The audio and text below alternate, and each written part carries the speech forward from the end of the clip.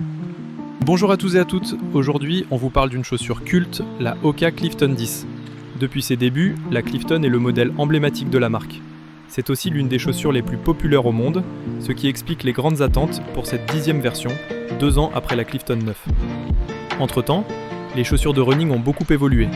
Alors, est-ce que cette nouvelle Clifton 10 reste pertinente ? C'est ce que nous allons voir dans ce test complet, réalisé par Julien Guillot. Avant de commencer, nous avons une petite faveur à vous demander. S'il vous plaît, aimez cette vidéo et abonnez-vous à notre chaîne pour nous soutenir. Tous nos contenus sont gratuits et le plus souvent nous achetons les chaussures nous-mêmes.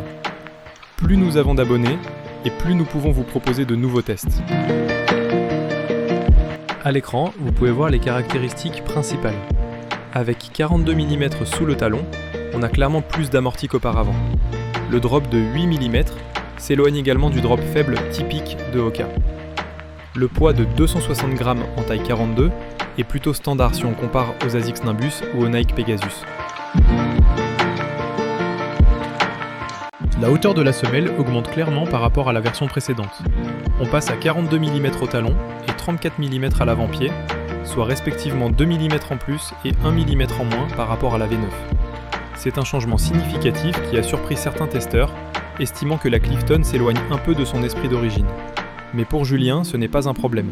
La Clifton 10 ne fait que suivre la tendance du marché, où les coureurs recherchent toujours plus de confort. Et sur ce point, elle se débrouille très bien. L'absorption des chocs est excellente. Quel que soit le poids ou le niveau du coureur, on peut l'utiliser sans souci jusqu'au marathon. On retrouve la mousse Eva moulée par compression, mais dans une nouvelle formule. Le ressenti est plus équilibré à l'impact, moins mou, plus stable. C'est un choix logique avec un stack aussi élevé. La foulée est naturelle grâce à la nouvelle géométrie incurvée de la semelle intermédiaire. Enfin, le drop passe de 5 à 8 mm, ce qui rend la chaussure accessible à plus de coureurs. La mousse supplémentaire se traduit par une dizaine de grammes en plus avec un poids de 260 grammes en taille 42. Cela se ressent un peu dans la conduite. Hoka annonce un retour d'énergie amélioré de 15% grâce à la nouvelle composition de la mousse, mais la Clifton 10 reste avant tout une chaussure axée sur le confort, pas sur la performance pure. Le dynamisme est suffisant pour la plupart des allures d'entraînement, surtout à rythme modéré. Par ailleurs, la géométrie Meta Rocker assure des transitions talon-orteil plus fluides et plus rapides. La stabilité est l'un des points forts de la Clifton 10. On retrouve la technologie Active Foot Frame, une conception en siège baquet inspirée des voitures de course. Certains testeurs ont trouvé un peu moins stable que la V9 à cause du stack plus haut, mais ce n'est pas le cas de Julien. Selon lui, la base plus large et la mousse plus équilibrée assurent une conduite sûre et confortable. Officiellement, la chaussure est pour foulée neutre et n'a donc pas de correction pour la surpronation. La nouvelle tige en maille jacquard est sans doute le point fort de cette Hoka Clifton 10. La marque a clairement mis l'accent sur le confort et ça se sent dès qu'on enfile la chaussure, grâce notamment aux nombreux rembourrages. La chaussure s'adapte bien à la forme du pied et reste agréable à porter, même après plusieurs heures d'utilisation. La respirabilité est très bonne grâce aux micro-perforations et la couverture par temps froid reste satisfaisante. Comme sur la Bondi 9, la languette n'est pas à gousset, mais elle reste bien en place, même pour les coureurs au pied fin. Le talon a été complètement repensé avec un design plus fin qui offre un meilleur verrouillage. La doublure est douce, le col remonte sans gêne et le contrefort cale bien le pied. Les renforts latéraux contribuent également à un maintien sûr. Notez que la semelle intérieure est amovible et qu'il y a des éléments réfléchissants pour être plus visible la nuit. En termes de taille et d'ajustement, c'est un quasi sans faute. On trouve souvent des critiques sur ce point chez Hoka, mais pas ici. Julien a pris sa pointure habituelle, 41,5, et n'a rencontré aucun problème. La chaussure taille normalement. L'avant-pied est plus spacieux, ce qui améliore le confort. Et pour ceux qui en ont besoin, la Clifton 10 existe aussi en version large. La matière extensible permet à la chaussure de bien s'adapter à différentes morphologies de pieds.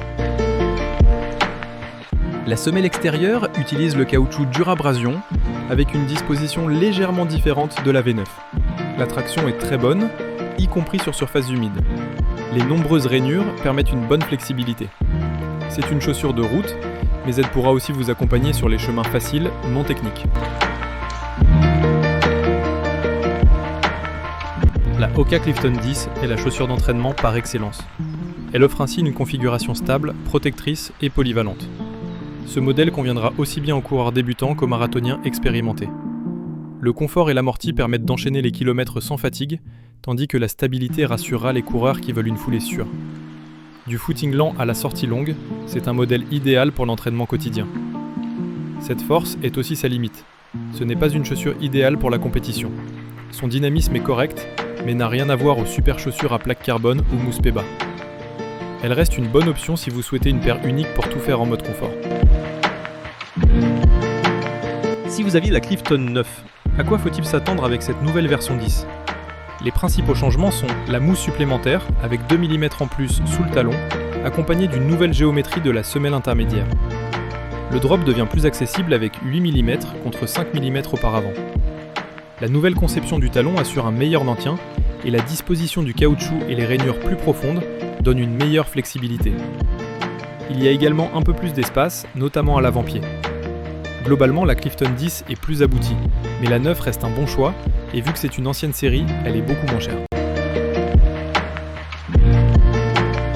La tige est solide, l'amorti conserve bien ses propriétés dans le temps, mais la semelle extérieure est parfois pointée du doigt pour son usure rapide.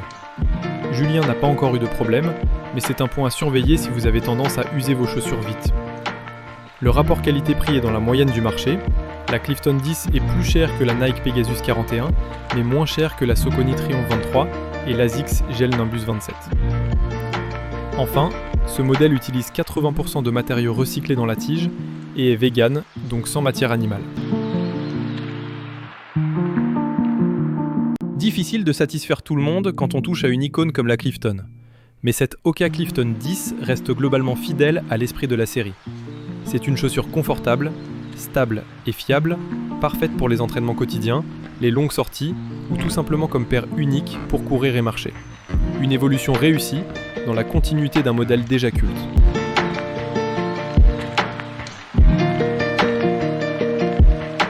Que pensez-vous de cette nouvelle Hoka Clifton 10 ?